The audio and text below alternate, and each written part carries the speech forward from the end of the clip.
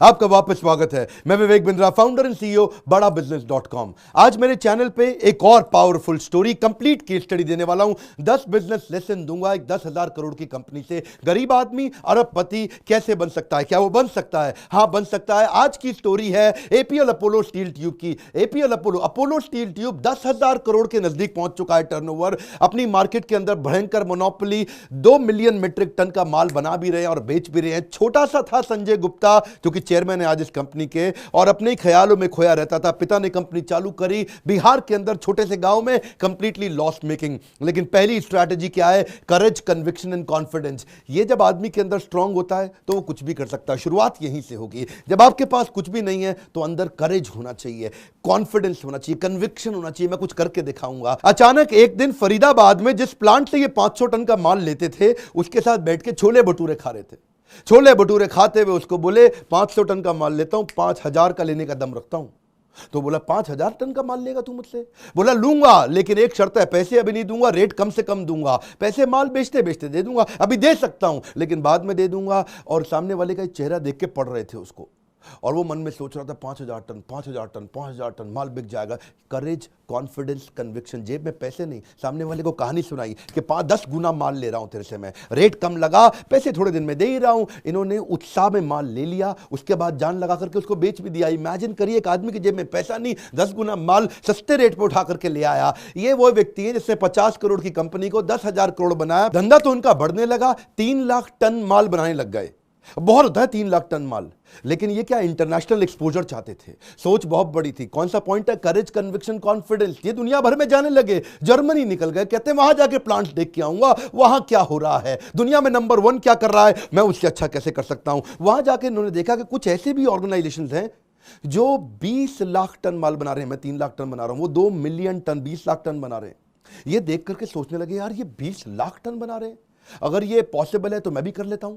अगर if he can do I can too, ये कर सकता है तो मैं भी कर सकता हूं। करेज, कॉन्फिडेंस, कन्विक्शन वापस ये जो अभी जब तक जेब में कुछ नहीं हो, इधर हो ना सब कुछ, बात बन सकती है। ये वापस आए इंडिया में आकर के। अपने सारे डिस्ट्रीब्यूटर्स को उन्होंने क्या किया, अपनी टीम को बोला, एक काम करो, इंडिया में अपने जितने भी डिस्ट्रीब्यूटर हैं सबको बोलो, उनको समुद्री जहाज पे घुमाने लेके जाएंगे मलेशिया से सिंगापुर। ये सबको मलेशिया से सिंगापुर ले गए। ये जानते थे कि भाई माल मैं बना तो लूंगा, बेचेगा डिस्ट्रीब्यूटर। ये अगर डिस्ट्रीब्यूटर तैयार नहीं हुआ, बात बनेगी नहीं। ये सिंगापुर से मलेशिया जहाज में ले गए। शाम को खाना खिलाते वक्त उनको कॉन्फ्रेंस रूम में ले गए और वहां बिठा करके अनाउंसमेंट कर दी कि आज सबको मैं चांदी का 1 नंबर शीशे के डब्बे में पैक करके दे रहा हूं। लोगों ने पूछा, ये क्या है? चांदी का 1 नंबर, इतना बड़ा सा 1 नंबर, और शीशे के डब्बे में पैक करके दिया। बोला, ये क्या चीज है? बोला, आज आप सबको बता रहा हूं मैं, आने वाले कुछ दिनों में हम 2.5 लाख 3 लाख टन से 10 लाख टन पे जाएंगे, यानी कि 1 मिलियन। 1 नंबर मतलब 1 मिलियन। मेरा मार्केट शेयर होगा 1 नंबर, मेरा डिस्ट्रीब्यूशन होगा 1 नंबर, मेरा ब्रांड ट्रस्ट होगा 1 नंबर, क्योंकि मैं 1 मिलियन टन माल बेचने वाला हूं। तैयार हो जाओ सारे के सारे। अब चांदी का था वो गिफ्ट, चांदी को कोई फेंकेगा तो है नहीं।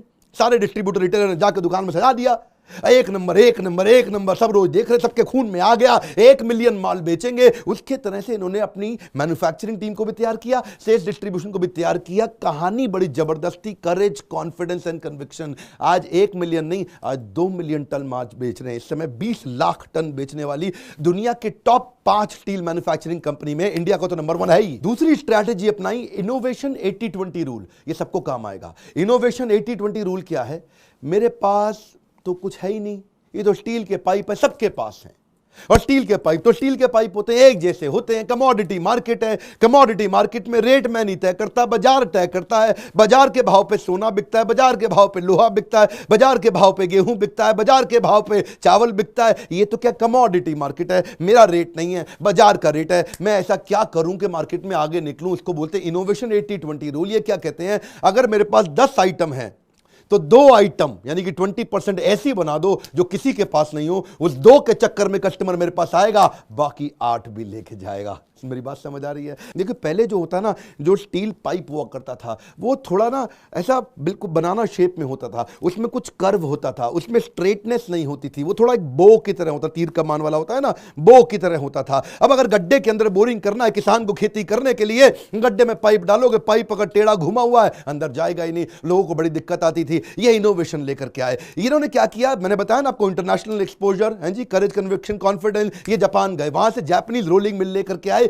जिससे पाइप को उन्होंने स्ट्रेट बना दिया। फिनिशिंग उसकी बहुत जबरदस्त, एजेस उसके अंदर है ही नहीं, निशान उसमें आते नहीं, रेडीमेड बिल्कुल क्लीन, स्मूथनेस बड़ी जबरदस्त, आपको धोने साफ करने की जरूरत ही नहीं पड़ने वाली। कस्टमर का दिमाग हिल गया, बोलो सीधी पाइप बना दिया, क्यों? जापानीज रोलिंग मिल लेकर के आए। उससे क्या हुआ, इनका धंधा बढ़ा 3 गुना, उसी मशीन से 3 गुना तेज बना रहे हैं और 3 गुना ज्यादा प्रॉफिटेबल हो गया। कस्टमर रिपीट आने लगा। क्यों? हर चीज में बार बार सोचे इनोवेशन कैसे लाऊं, इनोवेशन कैसे लाऊं, इनोवेशन कैसे लाऊं। और तीसरी स्ट्रैटेजी बना दी कि इनोवेटिव प्रोडक्ट से नई मार्केट क्रिएट करूंगा, जिसको बोलते हैं मार्केट क्रिएशन स्ट्रैटेजी। देखिए, आज तक स्टील पाइप क्यों यूज होता था? केवल वाटर फ्लो के लिए, पानी फ्लो कराने के लिए स्टील पाइप का इस्तेमाल होता था। उसके लिए तो पीवीसी पाइप भी होता था, लेकिन उन्होंने पीवीसी पाइप पर कस्टमर को शिफ्ट ही नहीं होने दिया। इन्होंने क्या किया, बोला खाली पानी के लिए स्टील पाइप बनाऊंगा, बात बनेगी नहीं, उसकी मार्केट साइज छोटी है, नई मार्केट क्रिएट करता हूं। स्टील से गोल्ड स्टील पाइप क्यों बनाऊं? मैं उसको स्क्वायर बना सकता हूं, मैं उसको रेक्टेंगल बना सकता हूं, मैं उसको नया शेप दे सकता हूं। और जब से उसको नया शेप देना शुरू हुआ, वही पाइप अब और चीजों के लिए इस्तेमाल होने लग गया। वही सीढ़ियां बनाने के लिए बनना शुरू हुआ, ग्रिल के लिए लगना शुरू हुआ, डोर फ्रेम में चालू हुआ, फेंसिंग में चालू हुआ, बालकनी में लोगों ने स्टील पाइप लगाने शुरू कर दिए। जो गाय का बनता था ना तबेला, उसको भी अगर स्ट्रक्चर देना पड़ता था, स्ट्रक्चर के लिए शुरू हो गया। काउ शेड के लिए, कार शेड के लिए, बिल्डिंग स्ट्रक्चर के लिए, फैक्ट्री के लिए। इसी में फिर आगे चलते चलते मॉल्स में, एयरपोर्ट में, गैस की पाइपलाइन में, इरिगेशन सिस्टम में, कोई सोलर प्लांट लगना, कोई विंड मिल लगना, हर चीज में लगाना शुरू कर दिया। अभी तक बेसिकली ये वाटर फ्लो के लिए इस्तेमाल कर रहे थे और अब स्ट्रक्चरल सपोर्ट के लिए बना दिया। अब क्या कोई बिल्डिंग का स्ट्रक्चर बनाना, स्ट्रक्चरल सपोर्ट के लिए आप मेरा मान लो, वो क्या हो गया, नया मार्केट क्रिएट किया। चौथी स्ट्रैटेजी में सोचे अब धंधा और बड़ा कैसे करूं, तो चौथे में सीधा कस्टमर के पास पहुंच गए। कंज्यूमर एडवांटेज, कि मेरे डायरेक्ट कंज्यूमर से कैसे जुड़ूं, डायरेक्ट कंज्यूमर की लाइफ को इंपैक्ट कैसे करूं। कस्टमर को अगर लकड़ी की चौखट बनानी होती थी, ये लकड़ी की चौखट के जैसी एग्जैक्ट चौखट अगर मैं बना दूं,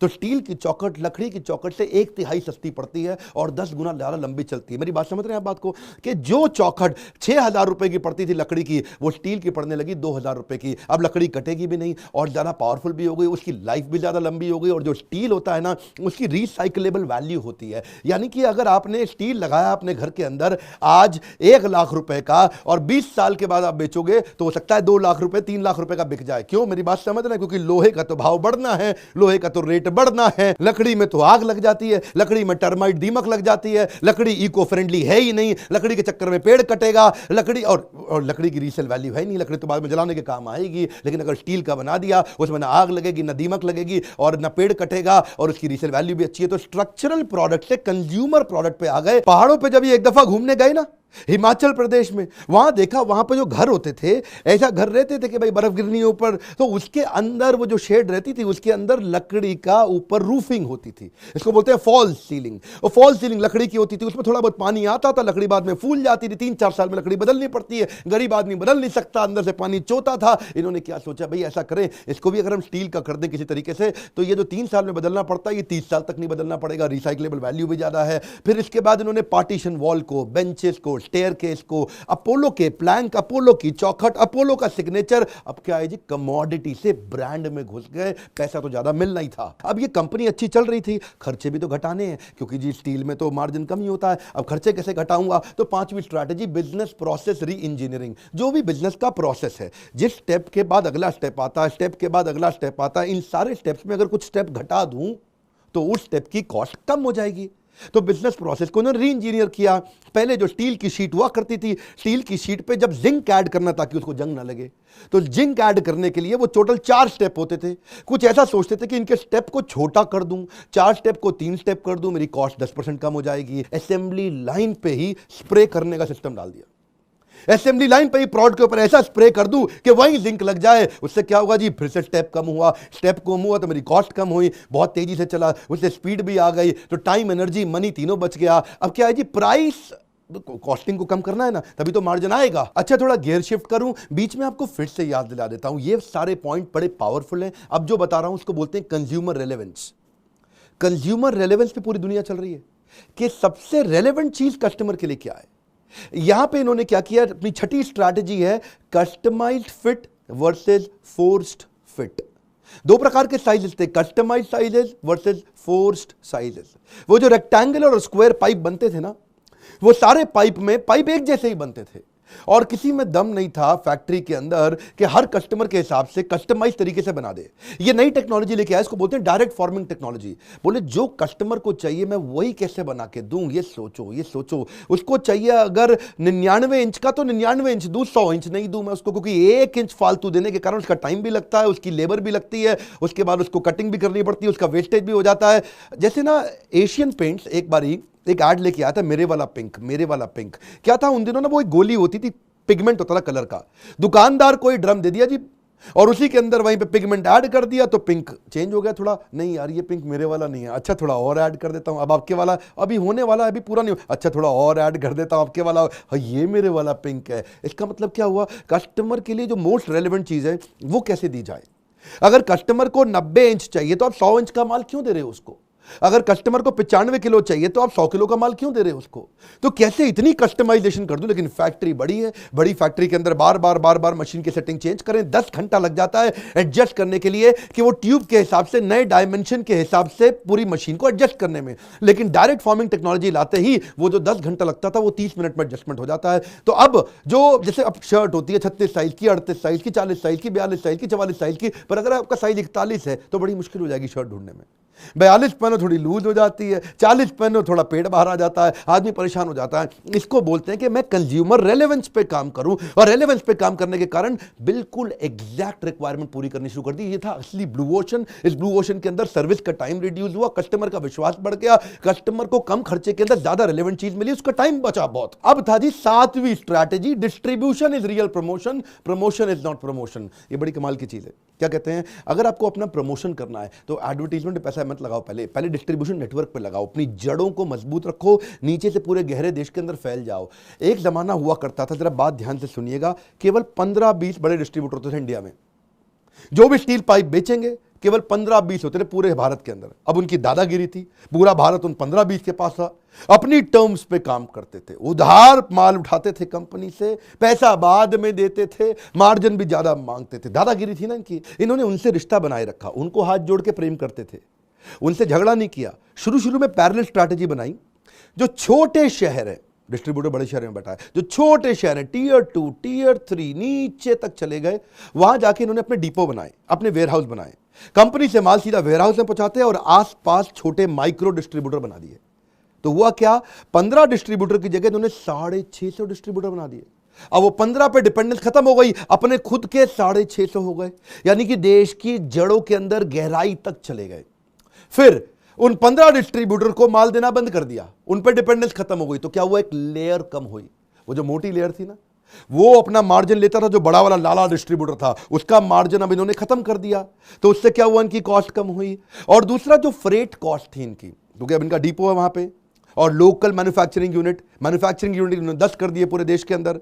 अब इनकी प्रेजेंस ज्यादा है, 10 जगह से जब माल जा रहा है तो पास के डिपो पे पहुंच जाता था। उससे इनकी फ्रेट कॉस्ट 2000 रुपए टन से 1000 रुपए टन हो गई। अब डिस्ट्रीब्यूटर जब बढ़ेंगे तो रिटेलर भी बढ़ेंगे, तो 20,000 रिटेलर हो गए, और साथ साथ एक्सपोर्ट चालू किया। 20 कंट्रीज में एक्सपोर्ट भी करते हैं। डिस्ट्रीब्यूटर रिटेलर का विशेष ध्यान रखते हैं, जो भी इनकी मदद करता है उनको दुनिया भर में क्रूज में घुमाए लेके जाते हैं, एक्सपेंसिव से एक्सपेंसिव उनको हॉलीडे देते हैं। और जब क्रूज में घुमाए लेके जाएंगे तो कोई जैनी होगा, कोई बनिया होगा, कोई मारवाड़ी होगा, वो वेजिटेरियन होगा, तो थाई कंट्री के अंदर, मलेशियन कंट्री के अंदर, किसी भी कंट्री के अंदर उनको किसी को समोसा चाहिए, किसी को ढोकला चाहिए, किसी को खाकरा पापड़ा, सब कुछ जिसको जैसा खाना चाहिए उसको वैसा खाना मिलेगा। क्यों, किचन ऑन व्हील्स। ये साथ में हवाई जहाज के अंदर, क्रूज के अंदर अपने किचन एस्टैब्लिश कर। डिस्ट्रीब्यूटर इतना खुश होता था, है जी क्या बात कर रहे हो, है हम लोग तो जैनी है, हमारा भी खाना मिलेगा बिना प्याज लहसुन का खाना। वो बड़े खुश होकर इनके साथ खाते थे। वो कहते हैं यार अलग ही आदमी है, डिस्ट्रीब्यूटर का इतना ध्यान रखते हैं। इसके कारण इनका एक्सपेंशन तो हुआ,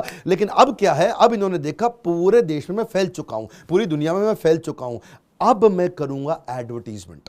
आज तक नहीं किया था एडवर्टीजमेंट, आज तक चुप थे, बिना एडवर्टीजमेंट के जा रहे थे, बिना एडवर्टीजमेंट के फैल रहे थे। डिस्ट्रीब्यूटर रिटेलर 20,000 बना लिया, लेकिन चुपचाप थे। एड टीवी पे आते ही तो किसी को मालूम ही नहीं था। इसकी थी ये इनकी 8वीं स्ट्रैटेजी, जिसको बोलते हैं capability of lead consumption before lead generation. यानी कि क्या मतलब हुआ, पहले लीड मत जनरेट करो, एडवर्टीजमेंट मत करो, क्योंकि अगर लीड जनरेट कर दी एडवर्टीजमेंट करने से, लोगों ने बोला मेरे को APL अपोलो स्टील ट्यूब दो, लेकिन अगर आप वहां पे है ही नहीं, अगर आप वो लीड कंज्यूम ही नहीं कर सकते उस शहर में, फॉर एग्जांपल बिहार के छपरा में अगर इनका रिटेलर नहीं बैठा और उसको एपीएल अपोलो कस्टमर को समझ में आ जाए तो वो लेने जाएगा, लेकिन लेके किसका आ जाएगा, टाटा का ले आएगा, जिंदल का ले आएगा, सूर्या का ले आएगा, प्रकाश का। तो वो फिर जो है ना, इन्होंने कहा तब तक ऐड नहीं करूंगा टीवी पे। मेरी बात को समझना, थोड़े काम की बात है, ये फ्री में मिल रही है आपको, जबरदस्त केस स्टडी है ये। तब तक एडवर्टीजमेंट मत करो जब तक हर एड की लीड को आप कंज्यूम करने लायक नहीं बन जाते। इन्होंने तब तक टीवी पे नहीं आए जब तक इनको लगा कि अब मेरी एड को मैं पूरे देश में कंज्यूम कर सकता हूं, पूरे देश में मेरे 20,000 रिटेलर हैं, अब दबा के ऐड करो। अमिताभ बच्चन को ब्रांड एम्बेसडर बना दिया, टीवी में क्रिकेट के इवेंट्स को स्पॉन्सर करना शुरू कर दिया, दिल्ली कैपिटल के मेन प्रिंसिपल स्पॉन्सर हो गए, इनकी ऑनलाइन लीड जनरेशन जो थी ऑनलाइन वो 3 गुना बढ़ने लग गई। एपीएल अपोलो का लोगो स्पोर्ट्स के इवेंट्स में दिखने लगा, न्यूज चैनल्स में दिखने लगा, शाम को दिखने लगा, सोशल मीडिया पे आने लगे। अब बड़ा स्पेंड किया, क्यों जानते हैं? मैं अब लीड कंजम्पशन कर सकता हूं। लीड जनरेशन तब तक नहीं करना जब तक कंजम्पशन करने की हिम्मत ना हो, जब तक पूरे देश के अंदर आपकी पूरा नेटवर्क ना आ जाए तब तक लीड जनरेट, क्योंकि लीड किसी और कॉम्पिटिटर ले जाएगा ना। अगर आपने लीड जनरेट कर दी, कॉम्पिटिटर आके खा जाएगा, आपका गेम ओवर। नौवा बहुत जबरदस्त स्ट्रैटेजी है, गहराई की स्ट्रैटेजी है, फाइनेंशियल डिसिप्लिन। यानी कि जो पैसा है उसका डिसिप्लिन रखो, जबरदस्ती कर्जा मत लो। प्लांट लगाने के लिए कर्जा कभी नहीं लूंगा, सुनिएगा जरा संजय गुप्ता क्या कहते हैं। प्लांट लगाने के लिए 50 करोड़ 100 करोड़ रुपए का कर्जा नहीं लूंगा। मैं अगर कर्जा लेना पड़ेगा तो खाली वर्किंग कैपिटल के लिए लूंगा। वर्किंग कैपिटल आती रहती है, जाती रहती है, आती रहती है, जाती रहती है, तो वो तो मैनेज हो जाएगी। लेकिन अगर नया प्लांट लगाना है तो पुराने प्रॉफिट से लगाऊंगा। अगर 50 करोड़ का फालतू प्रॉफिट है तब मैं नया प्लांट लगाऊंगा, ऐसे प्लांट नहीं लगाऊंगा। Plough back of profit. लेकिन कभी कभी ये क्या सोचते थे कि भाई प्लांट ही नहीं बनाता रहूंगा, खुद ही नहीं खोलूंगा। ऐसा करता हूं, कोई कमजोर प्लांट को खरीद लेता हूं। वो है इनकी 10वीं strategy, low cost acquisition, turn around management. सस्ते सस्ते मरे हुए थके हुए प्लांट को इन्होंने देखते रहती थी नजर, देखते रहते थे कौन मर रहा है स्टील के धंधे में, कौन बर्बाद हो रहा है स्टील ट्यूब के धंधे में। जो बर्बाद हो रहा है उसको जाकर के पकड़ लेंगे और वहां से एक्वायर करके उसको टर्न अराउंड करेंगे अपनी इंटेलिजेंस से, उससे आगे बढ़ेंगे। 2007 में उन्होंने 2.5 करोड़ के अंदर अपोलो मेटलिक्स कंपनी खरीदी। आज वो 1000 करोड़ का टर्नओवर दे रही है, यानी कि 2.5 करोड़ की कंपनी से 1000 करोड़ निकाल दिया। 2008 में दोबारा कंपनी खरीदी इन्होंने, श्री लक्ष्मी मेटल उद्योग लिमिटेड खरीदी, 10 करोड़ के अंदर खरीदी थी, आज वो 600 करोड़ का धंधा दे रही है। 2011 में लॉयड लाइन पाइप लिमिटेड खरीदी 40 करोड़ की, आज वो 1500 करोड़ का माल बेच रही है। 2019 में इन्होंने फिर taurus value steel limited 70 crore के अंदर खरीदी और वो आने वाले समय में 1000 करोड़ का माल बेच देगी इस साल के अंदर। लक्ष्मी मित्तल भी यही करते थे, 100 का माल 10 में खरीद लो। संजय गुप्ता ने भी यही किया, मार्केट में 100 का माल किसी तरीके से 10 में खरीद लो और 10 से जब वो 50 हो जाएगा तो अपने आप प्रॉफिट आ जाएगा। इसी तरह इन्होंने पूरे देश के अंदर अपनी प्रेजेंस भी पहुंचाई। 10 पावरफुल स्ट्रैटेजी थी, एक एक स्ट्रैटेजी में बहुत दम है। एवरीथिंग अबाउट एंटरप्रेन्योरशिप में इसी प्रकार से स्ट्रैटेजी में और डिटेल में देता हूं। प्राइवेट वीडियोस अगर आप देखना चाहते हैं, इस तरह के और बिजनेस ओरिएंटेड वीडियोस देखना चाहते हैं, एवरीथिंग अबाउट एंटरप्रेन्योरशिप के बारे में पता लगाइए। ये वो कोर्स है जो दुनिया का सबसे अफोर्डेबल कोर्स, सबसे कम पैसों के अंदर आपको बिजनेस कोर में सिखाता हूं। यही मेरी सुपर स्पेशलिटी है कि लोगों को एक टर्न अराउंड दे सके एक बिजनेस के अंदर। कई सारे लॉस मेकिंग कंपनी को अब तक मैं प्रॉफिट मेकिंग बना चुका हूं। शुरू में टाइम लगता है, अब तो आप मुझे कोई भी धंधा पकड़ा दो, बता दूंगा उसको कैसे उसको टर्न अराउंड कर सकते हैं। इतने बिजनेस को डिटेल में समझ चुका हूं। आप पता लगाइए, फोन करिए बोर्ड लाइन नंबर पे, अपने बुद्धि पे पैसा लगाइए। Come on come on. 10,000 crore की कंपनी खड़ी करने वाले मिस्टर संजय गुप्ता से अगर आप पर्सनली मिलना चाहते हैं ना, तो अगले इवेंट में मुंबई मेरे साथ आ रहे हैं, वो आके आपको पर्सनली और डिटेल में लेसन सिखाएंगे। इस वीडियो में ना बहुत वैल्यू है, इसमें 10 पावरफुल वो स्ट्रैटेजी है तो 10,000 करोड़ का बिजनेस देंगी। इसको ज्यादा से ज्यादा शेयर करिए, मैक्सिमम शेयर दीजिए, उन लोगों को शेयर करिए जिनको हो सकता है फायदा हो जाए, जो बिजनेस कर रहे हैं या करने वाले हैं। पता नहीं कौन सी स्ट्रैटेजी वो कहां से कहां उनको लेकर के चली जाए। इस वीडियो को ज्यादा लाइक करिए, कम से कम 2.5 लाख लाइक। नीचे कॉमेंट बॉक्स में मुझको बताइए और कौन सी बिजनेस स्ट्रैटेजी आपको चाहिए। अगर आपने चैनल सब्सक्राइब नहीं किया, आपको वीडियो कहीं और से मिला, जरूर सब्सक्राइब करिए बेल आइकन हिट करके, नहीं तो आने वाले वीडियो आपसे तो मिस हो जाएंगे ना, आपको तो मिलेंगे नहीं। हमारे साथ जुड़े रहने के लिए, हर बार आके वापस वीडियोस को देखने के लिए आप सबका प्रेमपूर्वक धन्यवाद।